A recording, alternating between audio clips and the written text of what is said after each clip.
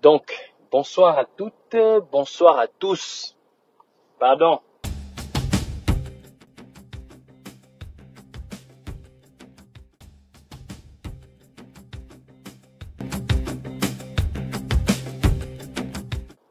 Taguez-moi un peu Jonas.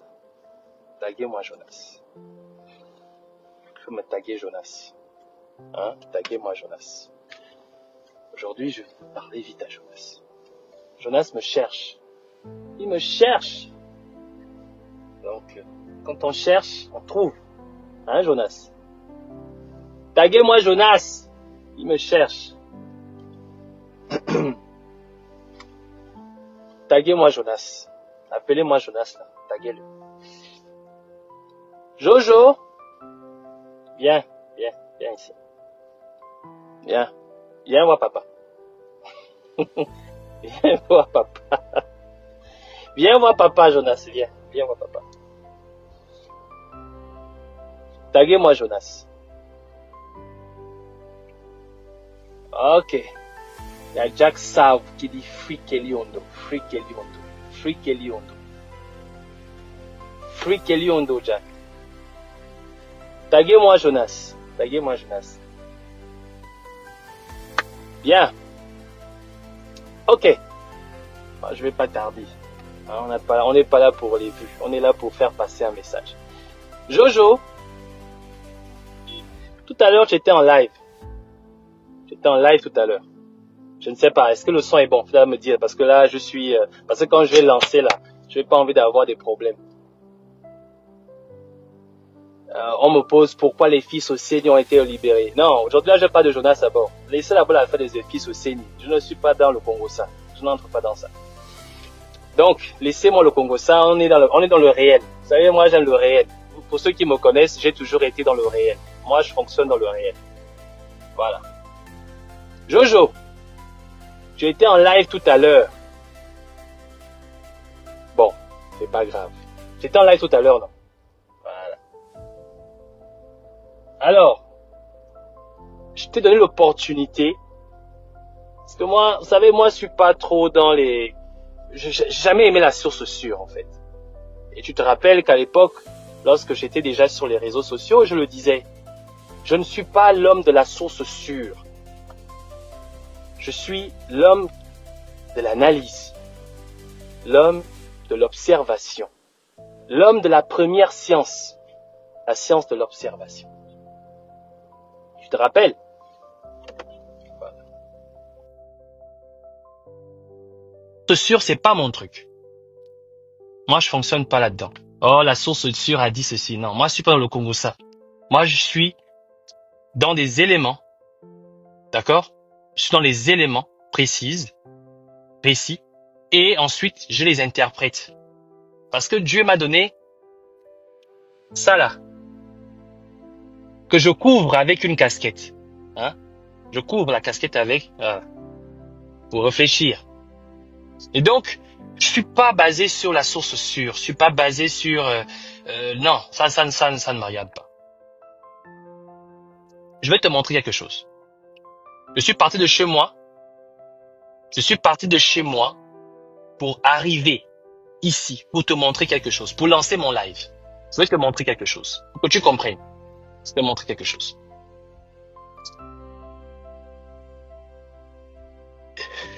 Tu connais ça, Jonas?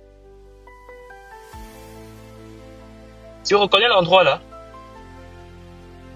Les puristes, les vrais reconnaissent cet endroit là. Tu écris là-bas quoi? Aéroport international Léon Mba. Tu as vu? Voilà. Je suis venu juste pour te montrer ça. Je suis venu ici. Je me suis arrêté ici pour te montrer ça. D'accord? Tout à l'heure, je suis monté dans ton live et ensuite tu as refusé de me donner la parole. Et il y a un jeune homme qui est en Turquie que tu as donné la parole et qui s'est mis à m'insulter. Et qui n'a même pas pu le temps de se présenter et qui a raccroché. Jonas, j'étais le seul activiste en Turquie. Parmi autant d'étudiants. lorsque je faisais mon activisme, je le faisais à visage découvert. Ma page portait mon véritable nom. Mes numéros de téléphone étaient disponibles. J'étais engagé. Et je n'avais peur de rien.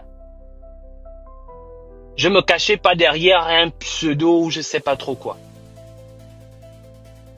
Et lorsque ma mère, ma vraie mère, pas le montage que tu fais là, il a insulté sa mère.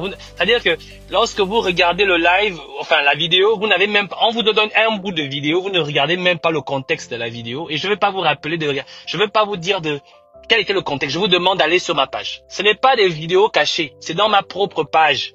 Starly Rolls Parfait AI. Vous allez là-bas, vous allez trouver toutes mes vidéos. Il y a plus de 7000 vidéos. Je n'ai jamais rien effacé. Allez-y, regardez la vidéo dans son intégralité. Il ne s'agit pas de la femme qui m'a porté 9 mois dans le ventre. Non, non, non, non. Je parle d'un contexte, je parle de quelque chose de particulier. Je parle de ma détermination dans mon combat. Mon combat était pour le Gabon. Il n'était pas pour ma famille ou des personnes qui sont proches de ma famille. Il était sincère. Il a toujours été sincère. Et donc, je disais dans cette vidéo que même les membres de ma famille, si jamais ils venaient à vendre le Gabon pour les bongos, je les lave. Mais il ne s'agissait pas de la femme qui m'a porté dans le ventre. Il s'agissait d'une femme que j'appelle mère, parce qu'un jour elle m'a donné à manger. Donc je la considère comme ma mère. Et je faisais comprendre aux gens que membre de ma famille qui sert les bongos, pendant que les bongos détruisaient ce pays, je lave. Je n'étais pas en mode, oh, mon oncle est devenu ministre, donc il devait commencer à caresser l'oncle, non. Tu deviens ministre, tu sers les bongos, je te lave. Mon combat était sincère. Il n'était pas basé sur la proximité familiale ou sanguine. Non. Mon combat était vrai. Je ne cherchais pas à avoir un oncle ministre qui devait assurer mon quotidien. Tu es ministre d'Ali Bongo, je te lave. Mais il ne s'agit pas de la femme qui m'a porté 9 mois dans le ventre. Ma mère, elle est comme ça. Elle sait que elle tente. Son fils, c'est un malade. Ma mère, elle me connaît. Parce que ma mère est comme ça. Et j'ai pris ce comportement-là, cette façon d'être là de chez ma mère. C'est une femme modeste, mais une femme à grand cœur. Elle souffre de m'avoir, mais elle ne sait pas à quel point je l'aime. Elle ne peut pas imaginer. Parce que je l'aime, c'est d'elle que je suis devenu, je suis ce que je suis. Donc, il ne s'agit pas de ma mère dans cette vidéo. Je parle d'une femme qui m'a donné un jour à manger et que je considère comme ma mère. Mais qui a chié parce qu'elle s'est rattachée à Ali Bongo. C'est ce dont je parle dans cette vidéo. Mais bon, bref. Revenons sur ce qui est important. Jonas, j'ai été dans ton live. Je t'ai donné la possibilité de pouvoir contredire. Contredire ce que tu avances sur les réseaux sociaux. Et je t'ai même dit, mais Jonas, pourquoi faire des lives interposés? Tu m'as dit, mais pourquoi tu m'appelles? Pourquoi tu viens sur mon panel? Je t'ai dit, mais Jonas, la vérité ne fuit pas la tombe. La vérité ne fuit pas la tombe. Si tu as raison, si ce que tu avances est vrai, mais c'est l'occasion dans ton propre live de démontrer devant tout le monde et devant moi que ce que tu dis est vrai. Je suis venu, c'est moi qui viens. Donc ça veut dire que d'une manière ou d'une autre, c'est toi qui avances les choses sur moi et moi je viens à ton live. Donc je te donne l'opportunité de me détruire dans ton propre live. Je ne te fuis pas. Je viens parce que je pense que tu prétends avoir la vérité. Donc détruis-moi. Qu'est-ce que tu fais? Tu fuis. Tu me bloques. Tu me jettes. Tu m'envoies en Somalie et tu me bloques. Mais Jonas, si tu as la vérité, pourquoi est-ce que tu fuis la contradiction? Pourquoi est-ce que tu fuis la possibilité de pouvoir exposer cette vérité? Tu sais pourquoi tu fuis? Parce que tu sais que je te connais, tu sais que je sais que tu es un menteur. Tu sais que je sais que tu es un menteur. Tu es fauché. Actuellement, tu es en train de draguer tout le monde parce que tu as besoin d'argent. Là, en ce moment, tu dragues Sylvia. Tu penses que Sylvain va t'envoyer l'argent pour faire ce que tu fais. Mais tu es fauché. Tu as besoin d'argent. Et donc, toute personne qui est prête à payer ta propagande, tu seras prêt à faire des pieds et des mains. Tu lèches les pieds de Sylvia actuellement parce que tu as besoin. Je te dis que comme Sylvia est en liberté, Sylvia va t'envoyer de l'argent. Mais Sylvia ne va pas t'envoyer.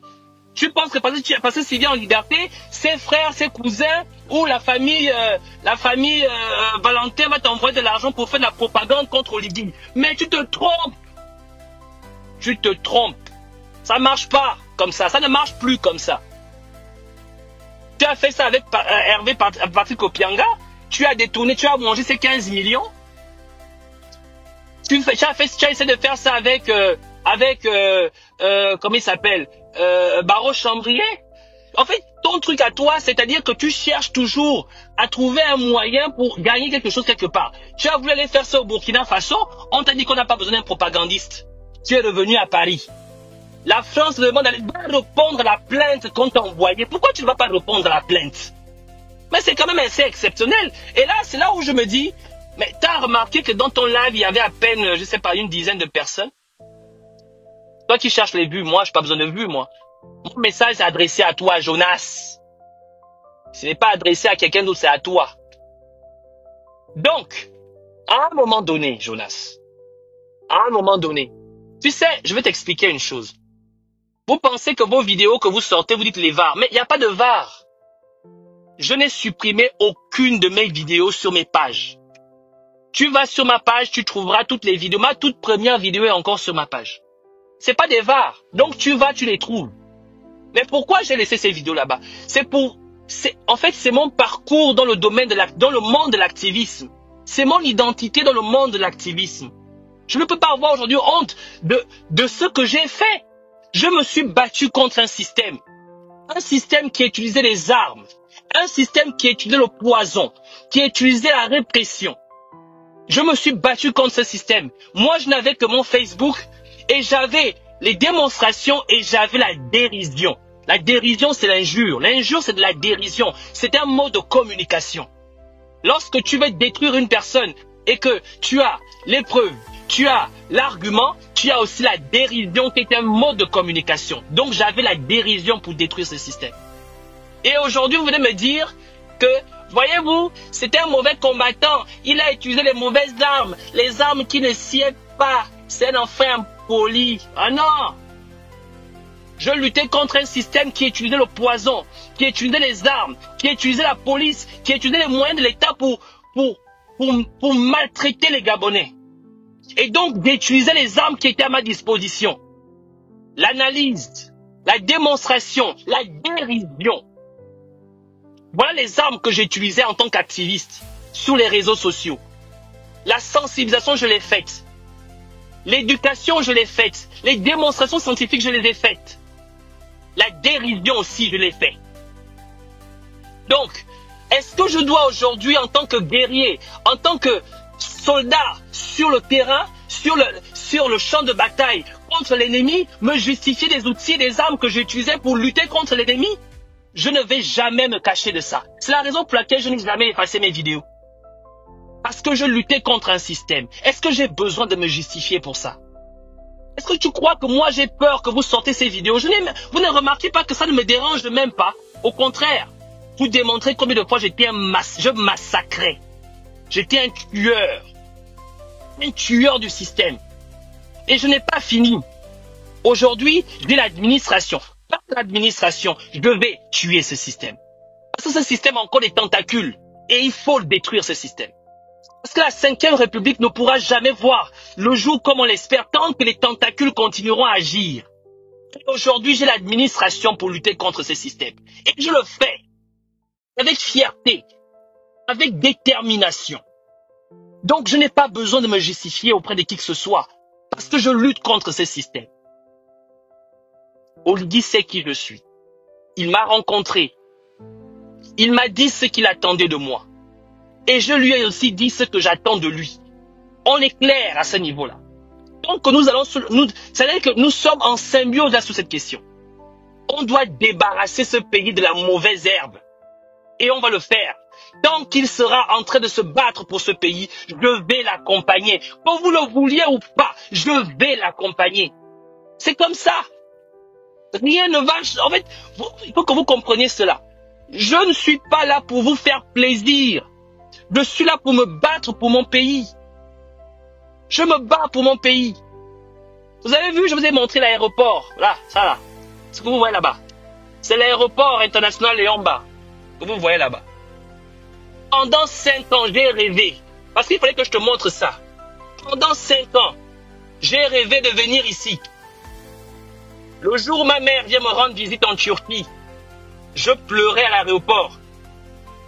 Je ne pleurais pas parce que je voyais ma mère partir. Je pleurais parce que je voulais voir cet endroit-là. Jonas, la porte, c'est ça. C'est ici la porte. Et j'avais été interdit de revenir ici. Et je pleurais quand quelqu'un venait me voir, me rendre visite et me disait que je repartais au Gabon. Je pleurais parce que je ne pouvais pas venir ici. Je pleurais. Voilà ce que je faisais. Je pleurais à l'aéroport. Je la laisse partir et après je pleurais.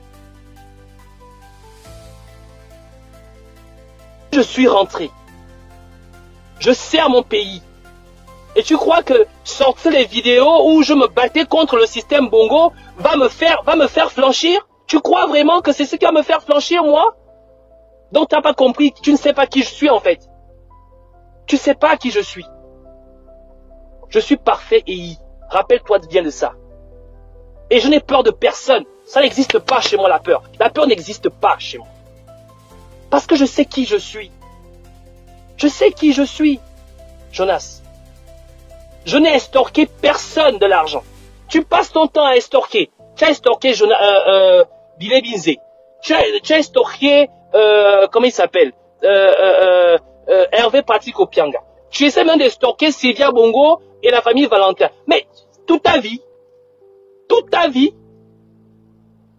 le président, le 30 août, a demandé à ce que tous ceux qui savent, qui sont battus pour ce pays, rentrez, apportez-nous votre expertise.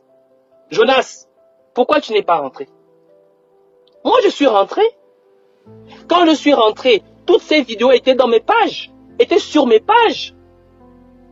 Vous avez attendu que je sois nommé pour sortir la vidéo, soi-disant sortir la vidéo où j'explique. Mais Oligui a toutes mes vidéos. Quand je rencontre Oligui à la présidence, il me dit parfait et j'ai toutes tes vidéos. Il n'y a pas une vidéo qui manque de toi. J'ai la collection. Toutes tes vidéos. Je les ai. J'ai toutes tes vidéos. Mais maintenant, ce qui s'est passé avant là, on oublie. Si tu es prêt, vous avez dit que vous voulez, si tu es prêt, on construit. J'ai dit je suis prêt. Je suis prêt. Et aujourd'hui, on va se battre pour construire. Et on construit. Donc, qu'est-ce que vous sortez aujourd'hui que le président n'est pas au courant? C'est parce que vous n'avez aucun argument contre moi. Et aujourd'hui, tu reviens avec tes histoires de... Voilà, ce qui m'amène à faire cette vidéo. Jonas dit, Oligui a chaud. Il a chaud parce que il aurait libéré Sylvia Bongo et que la famille Valentin est très en colère contre Brice Clotaire Oligui Nguema, président de la République gabonaise. Et que même Macron aurait reçu l'ambassadeur de France au Gabon après qu'il ait reçu ou après qu'il ait rencontré Sylvia à sa sortie de prison, il aurait constaté l'état de délabrement avancé et de soumission, de torture qu'Oligui aurait ordonné sur Sylvia, et que Macron serait choqué et très énervé contre Oligui, et qu'Oligui Nguema serait aujourd'hui en danger. Mais j'ai l'impression que ça ne va pas dans ta tête. Ça ne va pas dans ta tête. Je vais te rappeler les faits. Brice Clotaire Oligui Nguema, chef de l'État, le 30 août 2023, a pris le pouvoir à Ali Bongo. Emmanuel Macron était au pouvoir. Les Valentins étaient là. 2 jours plus tard, il a pris Sylvia Bongo, il a pris Noureddine Bongo, il les a envoyés à 100 familles. Emmanuel Macron était président de la France, avec tous les pouvoirs qui lui sont conférés. La famille Valentin était là. Il a pris Sylvia, il a pris Noureddine, il a envoyé à 100 familles. Il n'était pas encore investi par le peuple gabonais. Il les a traduits devant un comité d'enquête. On les a écoutés. Emmanuel Macron était toujours président de la France. La famille Valentin était là. Sylvia Bongo a fait plus de 19 mois en prison. 19 mois. Emmanuel Macron était toujours là. Les Valentins étaient toujours là. Après l'élection présidentielle, élu à 94% des suffrages, d'accord, il faut écouter, élu à 94% des suffrages, il a décidé, d'accord, il a décidé, par accord, le président de la République n'a rien à foutre de Sylvia. Ce dont il intéresse, c'est que les Bongos restituent aux Gabonais ce qu'ils ont pris. Il fallait que Sylvia connaisse ce qu'elle a fait aux Gabonais et le coût de la liberté. Dire à Sylvia la bouche que rend l'argent aux Gabonais, elle ne connaît pas. Il fallait que Sylvia comprenne c'est quoi le coût de la liberté. Et pendant 19 mois, Sylvia a appris à savoir c'est quoi le coût de la liberté. Nous, moi j'ai fait 10 ans à l'étranger. 10 ans emprisonné à l'extérieur. Il fallait que Sylvia sache c'est quoi le coût de la liberté. Et le coût de la liberté n'est tout autre que la restitution aux Gabonais de ce qu'elle a pillé, elle et son fils et son mari, pendant 14 ans.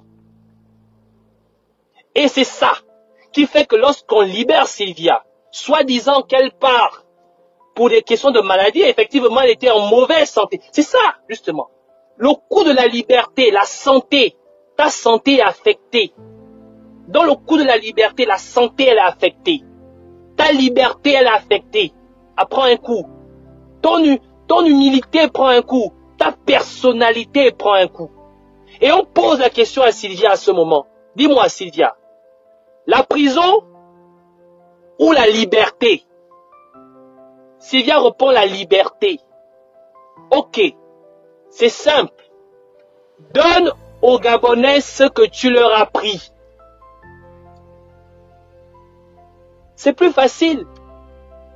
Quand Sylvia a goûté à la boîte de sardines, au pain sec, et qu'on lui dit, il suffit de restituer aux Gabonais ce que tu as pris, et tu as ta liberté, elle choisit la liberté. Elle choisit de restituer aux Gabonais ce qu'elle a pris. C'est une question d'argent. On a besoin d'argent pour reconstruire notre pays.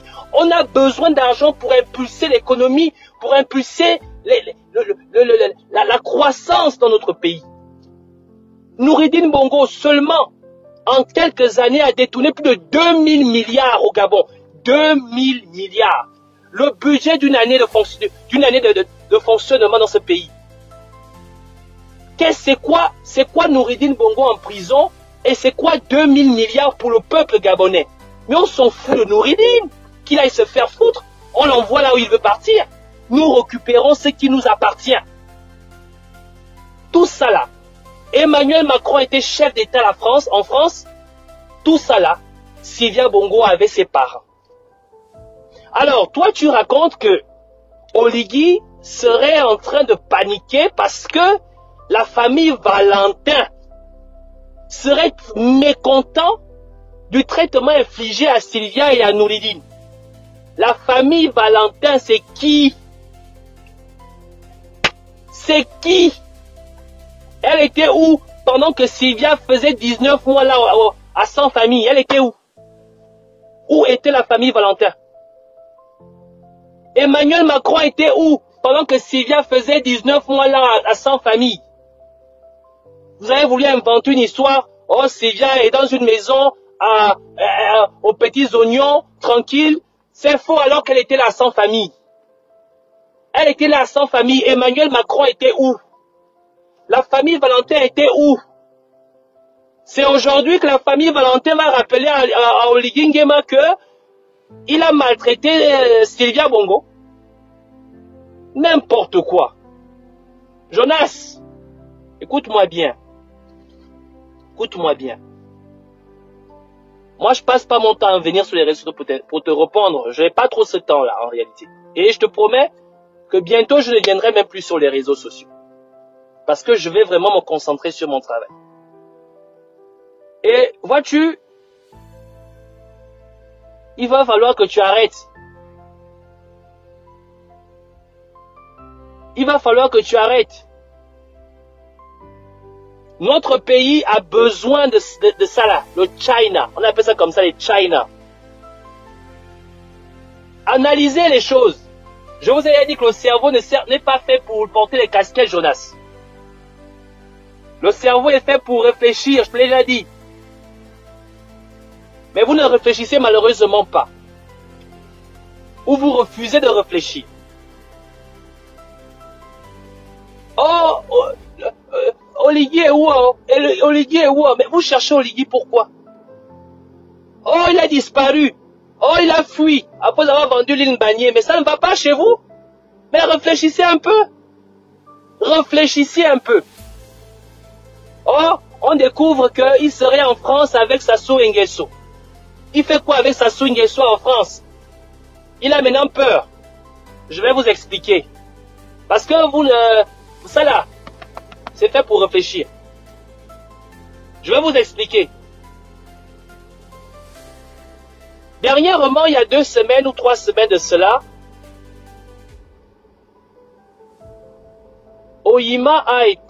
Monsieur Oyima, ministre de l'Intérieur, ministre des Finances et de l'Économie, a été nommé.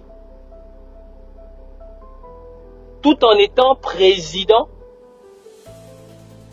directeur général de BGFI. Il a été nommé. Il y a cela 3 semaines. Je vous ai fait un live en vous disant que le choix porté sur Oyima était stratégique. C'était pour assurer les bailleurs de fonds. Faut pas oublier ça. Que s'est-il passé après? Avant même ça.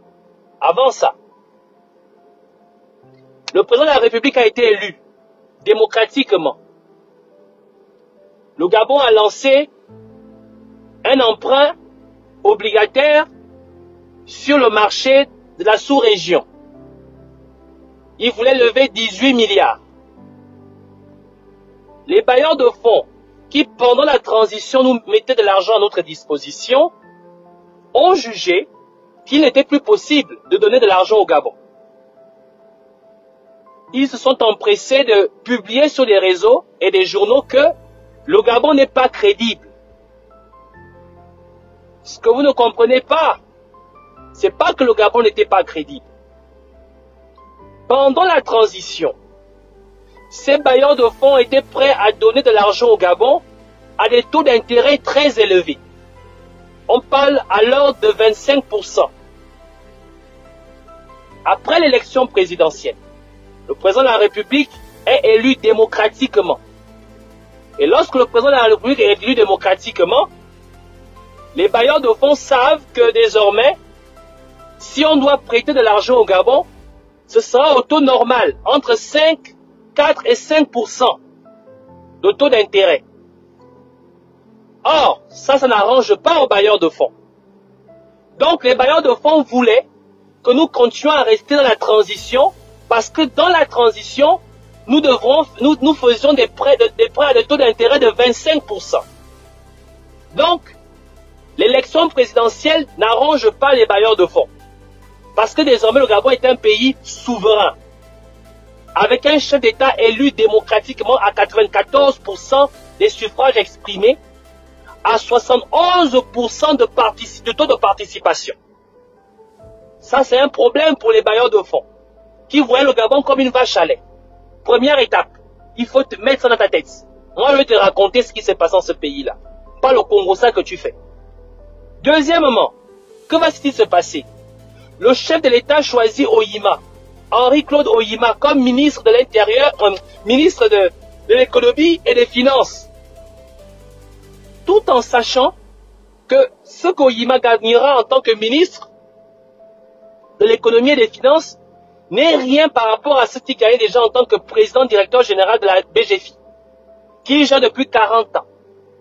Il le met là pour rassurer les bailleurs de fonds, pour rassurer les investisseurs, en disant que si vous allez faire confiance à cet homme-là lorsqu'il gérait vos actifs en banque privée, sachez que ce même personnage peut gérer ce que vous allez investir pour l'État gabonais. Il positionne Oyima. Mais il ne le positionne pas seulement parce qu'il va rassurer les investisseurs. Il le positionne aussi parce que pilier incontournable du système Bongo, notamment de la Delta Synergie.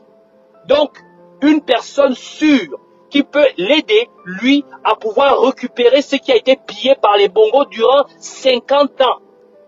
Parce que le Gabon a besoin d'argent pour lancer cette économie, pour lancer cette croissance. Donc, il prend une personne qui sera capable de l'aider à récupérer cet argent. Que fait Henri-Claude Oyima lorsqu'il arrive? 1. Il suspend comment vous appelez ça? Il suspend les missions à l'étranger. Parce qu'il estime que c'était un superflu. C'est trop d'argent dépensé pour rien. Et si désormais vous devez aller en mission à l'étranger ou en formation, ça doit passer préalablement par un traitement et une analyse claire par rapport aux besoins du ministère. Deuxièmement, qu'est-ce qu'il fait?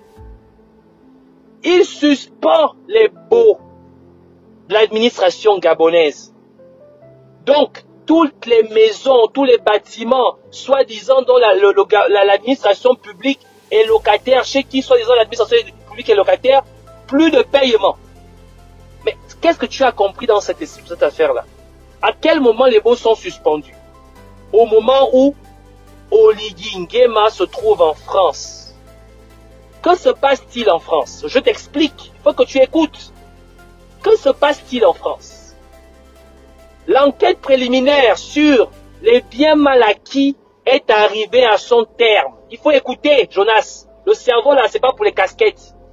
L'enquête préliminaire sur les biens mal acquis de la famille Bongo est arrivée à son terme. D'ici 2026, le procès sera ouvert. Ça veut dire quoi? La justice française a désormais tous les éléments nécessaires pour pouvoir aller à ce procès. Ça veut dire en d'autres termes que tout est dehors. On sait qui a quoi, qui a fait quoi, qui a pris quoi, quelle maison a été achetée, qui a transféré quoi, qui a maquillé quoi, qui a changé de nom quoi, qui a mis de l'argent dans les paroles. On sait tout. Lorsque cela est fait, le chef de l'État, souverain, sera à Paris. Évidemment, la justice française mettra forcément à son appréciation les éléments d'enquête. Les éléments d'enquête deviennent des outils de négociation. Outils de négociation. Contre qui? Contre les personnes qui ont pillé ce pays pendant des années. Ce qui veut dire que, on trouve qui devant là-bas? On trouve Sassou Nguesso. Qui est Sassou Nguesso? Sassou Nguesso n'est tout autre que le père de qui? Notre ancienne première dame défunte, que Dieu ait son âme. Qui dont le nom se retrouve forcément dans cette question. et tous ses enfants, ses petits-fils. Donc Sassou Nguesso vient en mode « Je défends les intérêts de mes petits-fils et de ma défunte fille ». Donc il rencontre Oligui en France. Qui d'autre était en France? Pascaline. Qui est Pascaline? Pascaline est tout autre que le dernier garant de la fortune des Bongo.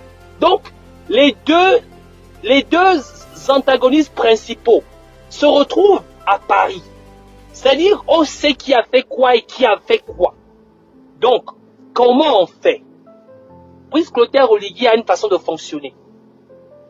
C'est pas une personne qui est là pour faire la chasse aux sorcières. C'est pas son truc, la chasse aux sorcières. Il estime que des erreurs ont été commises, mais notre pays doit avancer. Et pour que notre pays puisse avancer, que tout le monde puisse se repentir. C'est comme ça que lui il fonctionne. Que tout le monde puisse se repentir et que tout le monde puisse se mettre pour la reconstruction de ce pays. Tu te repentis, tu te mets à disposition, il travaille avec toi. C'est ce qu'il a fait avec moi. Je travaille avec toi tant que tu sers le peuple gabonais. Et je sers le peuple gabonais. Donc, étape 1. Vous restituez l'argent qui appartient au Gabon. Que va-t-il se passer? Oyima sort un communiqué sur les baux. Les baux, suspension des baux. Pendant que Brice Clotaire Oligui se trouve en France. Lorsqu'on parle de suspension de baux, à qui sont les personnes qui sont touchées par les baux? Par les bails, on va dire les baux, oui, les baux. Laissez-moi dire les bails. Laissez-moi dire ça. On va utiliser ce mot-là. Par les bails, hein? Pour ne plus dire les baux, parce qu'il y en a qui ne comprennent même pas quand on dit baux. C'est-à-dire que les personnes qui sont propriétaires des bâtisses dans lesquelles l'administration gabonaise est locataire. Qui sont les premières personnes qui en profitent? Ce sont les Bongo. Pascaline a combien de bâtiments ici? Combien de bâtiments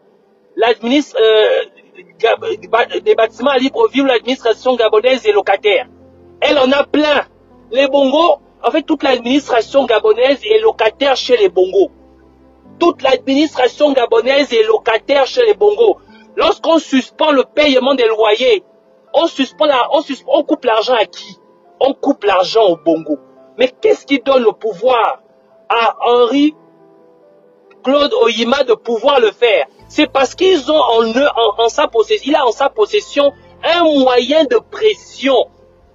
Ce moyen de pression-là, c'est ce qu'il avait en France, c'est ce qu'il négocie en France. Étape 1, tous les loyers que vous avez au Gabon là, on suspend, c'est fini. Étape 1. Étape 2, la SG reprend ses fonctions. Le fonds d'investissement reprend la gestion de la SG. Mais quand on reprend le fonds d'investissement reprend la SG, qui paye? Le fonds d'investissement est majoritaire. Actionnaire majoritaire à la SG. Et le fonds d'investissement, c'est l'État gabonais. Donc la SG revient sous la gestion de l'État gabonais.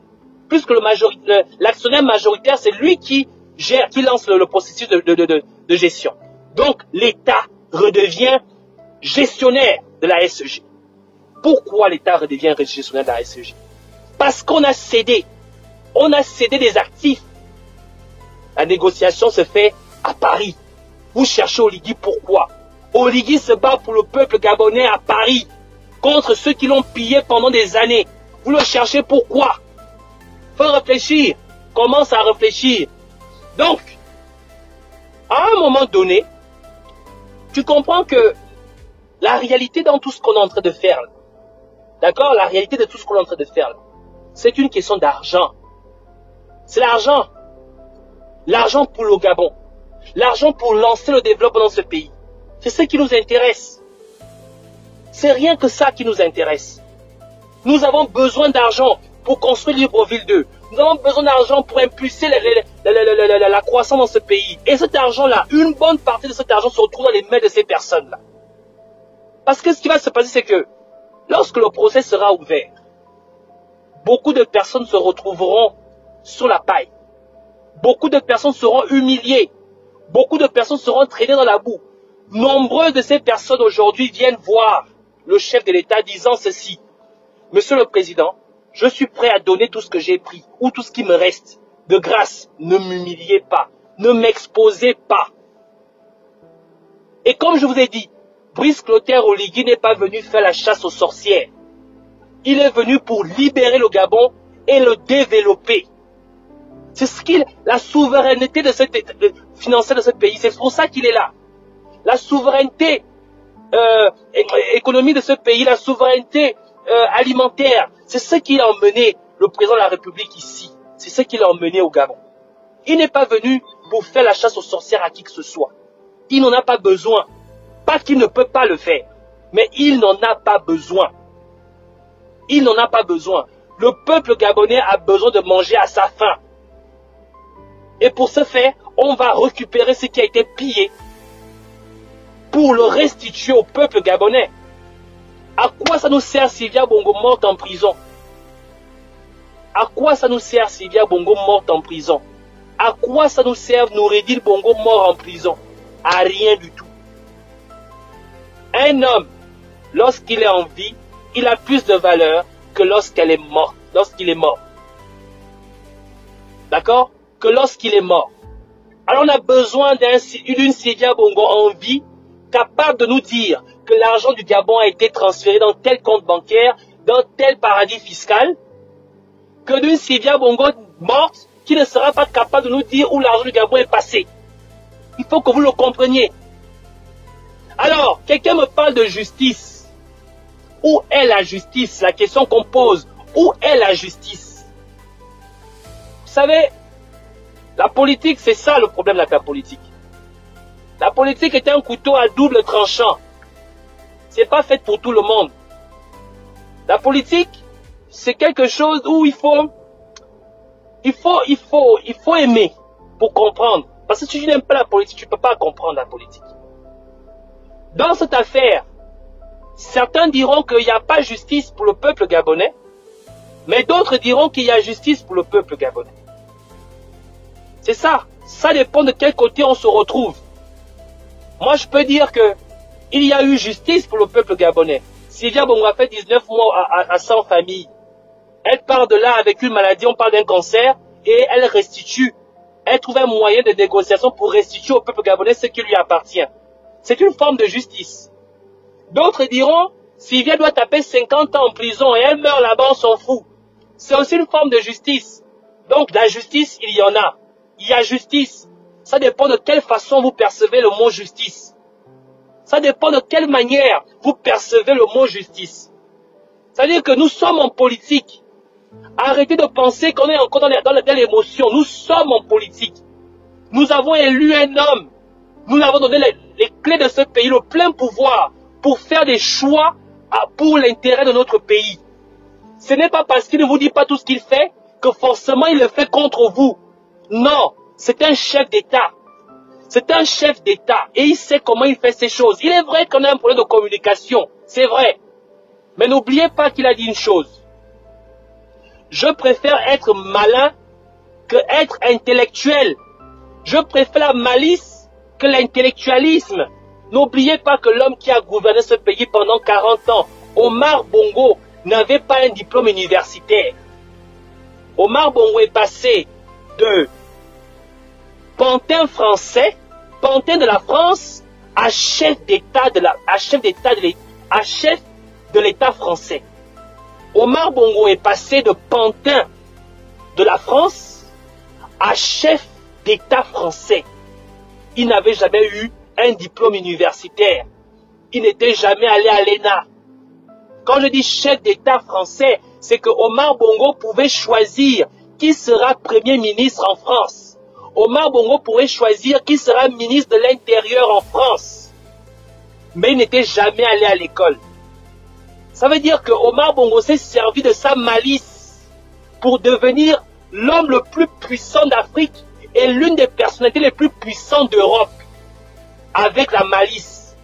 Omar Bongo a fait venir Nicolas Sarkozy de la France pour venir s'excuser ici à Libreville après que ce dernier ait sorti des propos désobligeants à son encontre.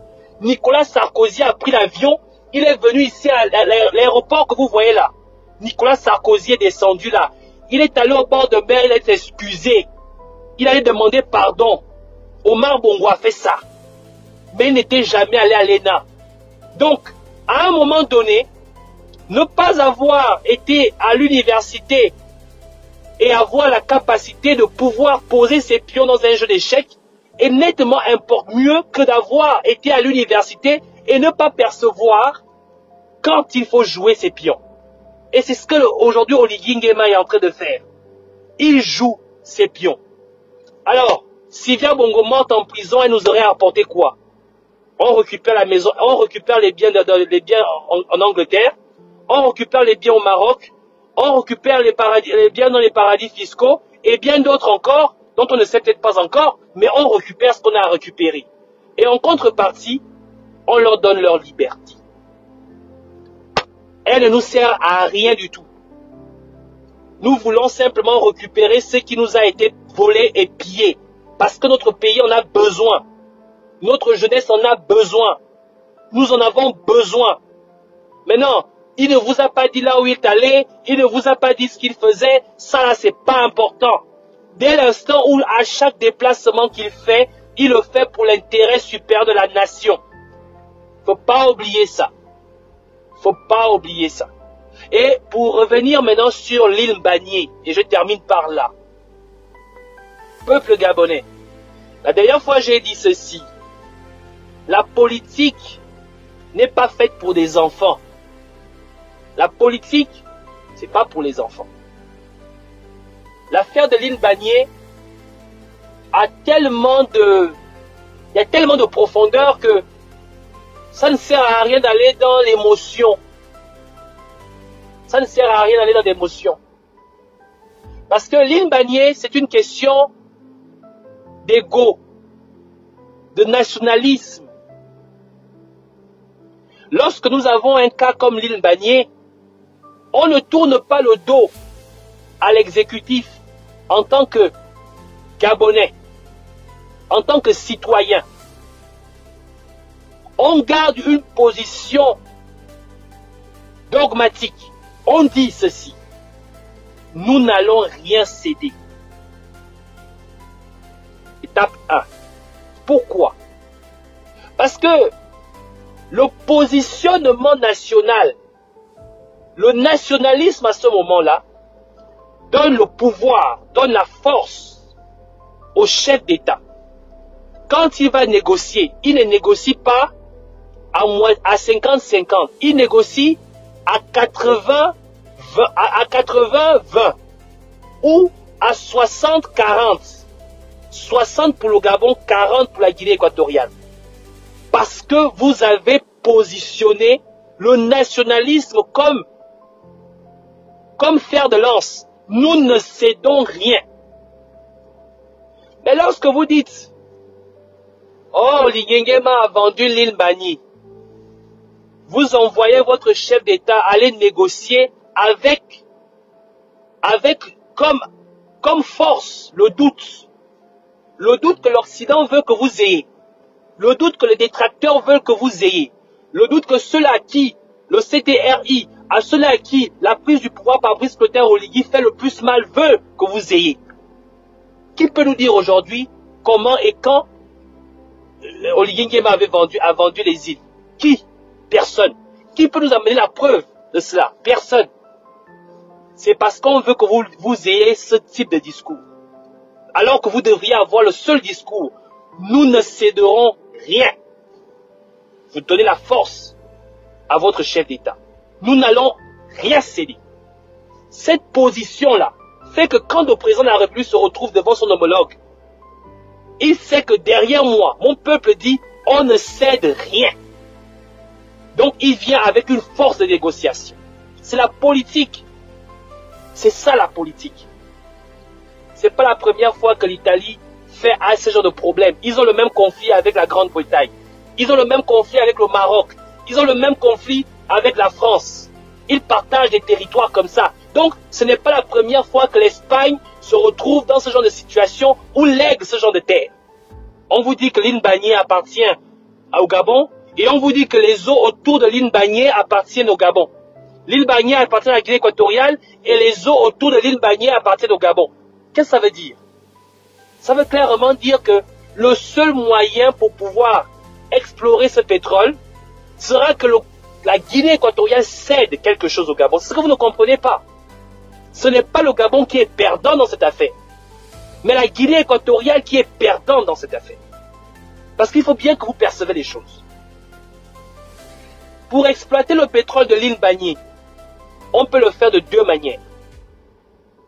La première façon de l'exploiter, c'est en onshore. La deuxième façon de l'exploiter, c'est en offshore. Ça veut dire quoi? Ça veut dire que soit on exploite le pétrole de l'île Banié sur l'île, ça revient à un coût moins important pour l'exploitant, parce que construire une plateforme pétrolière ou encore pomper le pétrole depuis le sol, pomper le pétrole depuis le sol coûte moins cher. Soit on exploite le pétrole depuis l'océan, donc en offshore, et là on est obligé de construire une plateforme pétrolière, ce qui revient beaucoup plus cher. Mais vous pompez le même pétrole, c'est la même nappe phréatique, c'est le même pétrole.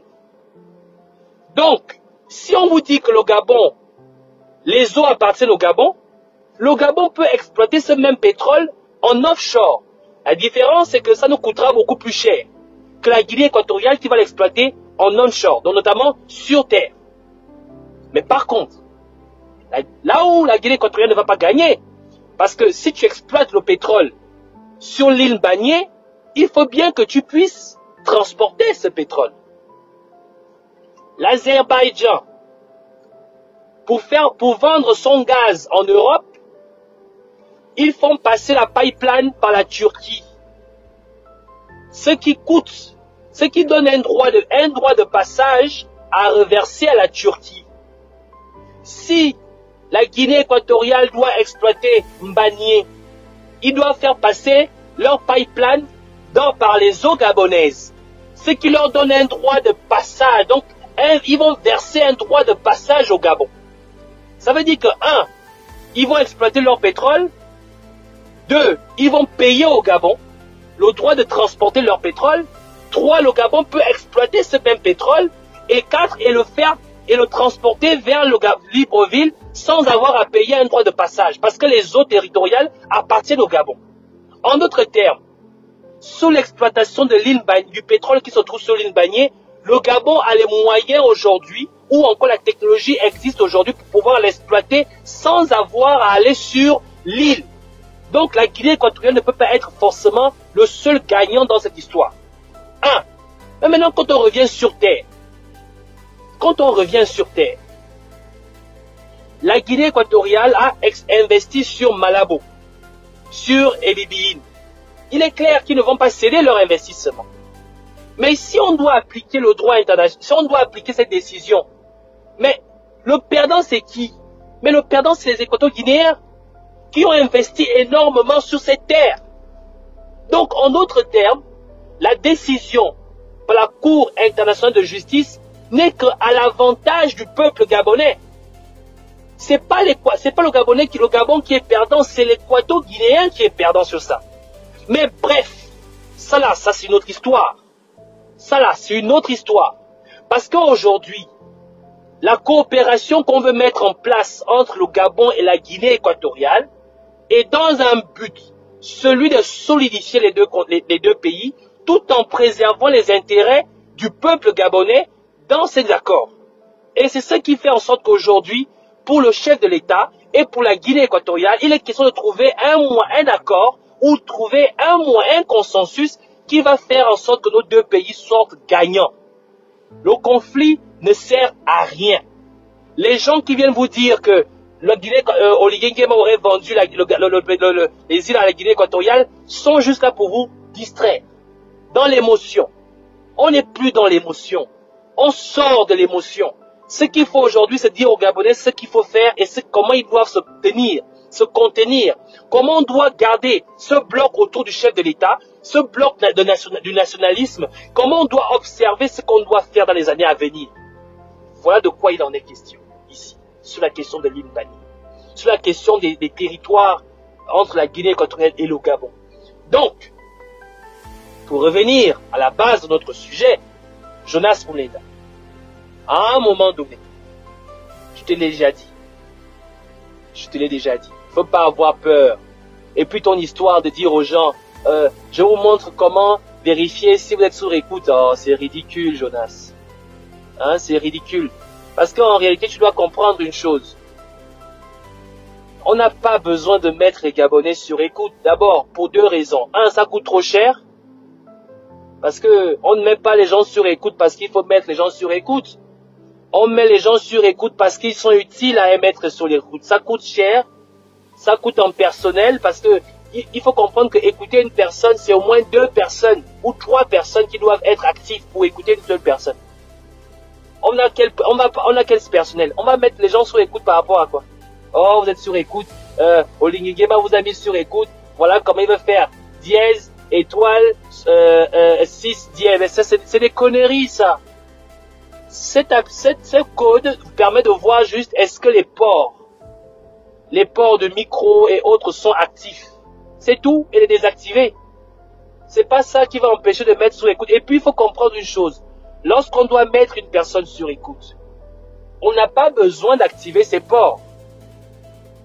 Il suffit simplement, la façon la plus simple, c'est de se rapprocher de son opérateur téléphonie mobile et on l'a mis sur écoute sans même qu'on ait besoin de toucher à son téléphone.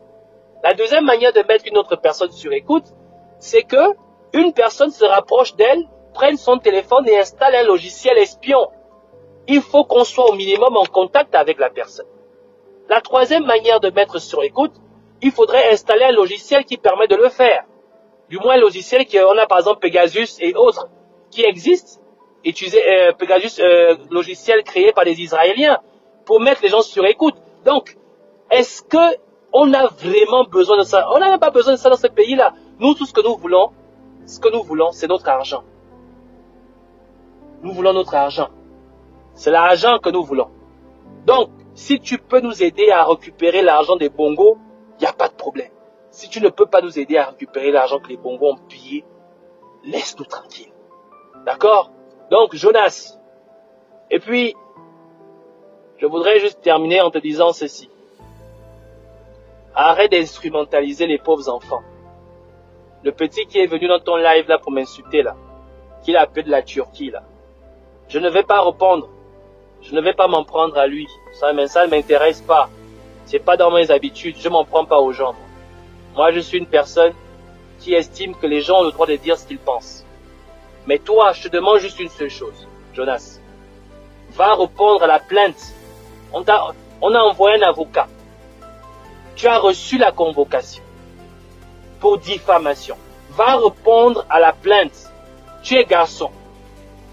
Tu es garçon. Tu te bats pour la justice. Tu te bats pour l'état de droit. D'accord? Ça qui veut dire que tu ne peux pas fuir la justice. D'accord? On t'a envoyé un avocat. Va répondre à la plainte. Démontre tout ce que tu as avancé, tout ce que tu as sorti comme propos et réponds à la plainte. C'est tout ce qu'on te demande. Là, tu fais les choses au Pianga. Au Pianga, on a demandé de venir répondre à une plainte, il a disparu. Toi aussi, on te demande d'aller répondre à une plainte, tu fuis. Va répondre à la plainte. L'avocat est venu te trouver chez toi, il a déposé cette convocation. Va répondre à la plainte. Prends-toi un avocat. Ça ne sert à rien de vivre comme un chien. Tu es en train de courir partout, caché, on ne sait même pas où tu vis maintenant. Tu sens même, tu sens. C'est-à-dire qu'on sent quelqu'un qui ne se lave même plus. Fallait répondre à la plainte. Fallait répondre à la plainte. D'accord? Tu as compris, non? Non, il ne faut plus faire le bruit aux gens sur les réseaux sociaux. On doit rester concentré. Et je demande au peuple gabonais de rester concentré. Ça me fait mal de voir ce que les réseaux sociaux sont devenus aujourd'hui. À l'époque, on était des activistes. Il y avait des activistes.